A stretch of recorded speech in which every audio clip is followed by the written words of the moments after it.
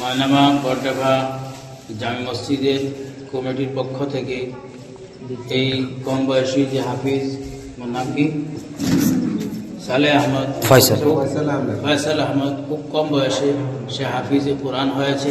তার জন্যে এই গ্রামের পক্ষ থেকে, এলাকার পক্ষ থেকে, যুবকদের পক্ষ থেকে আজকে তাকে সম্বর্ধনা দেওয়া হয়েছে, তাকে উৎসাহিত করা হয়েছে।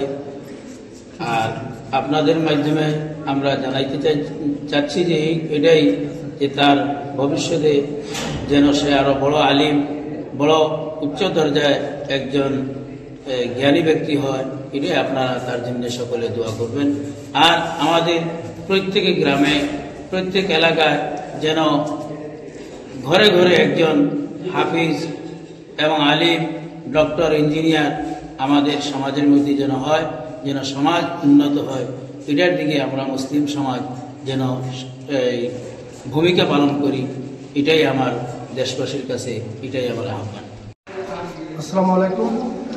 উনি ময়নামা বরডাভা বাসিন্দা আনোয়ার হোসেনের বড় ছেলে।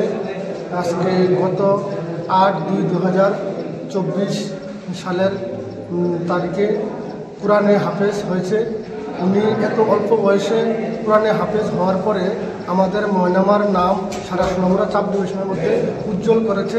আমরা আশা রাখবো এরকম হাফেজ যাতে প্রত্যেক ঘরে ঘরে, প্রতি ঘরে ঘরে হাফেজ অথবা ডক্টর, ইঞ্জিনিয়ার এবং প্রফেসর হয়ে এই ময়নামা গ্রামের নাম উজ্জ্বল করে। এটা আমি তাদের কাছে আশা রাখবো।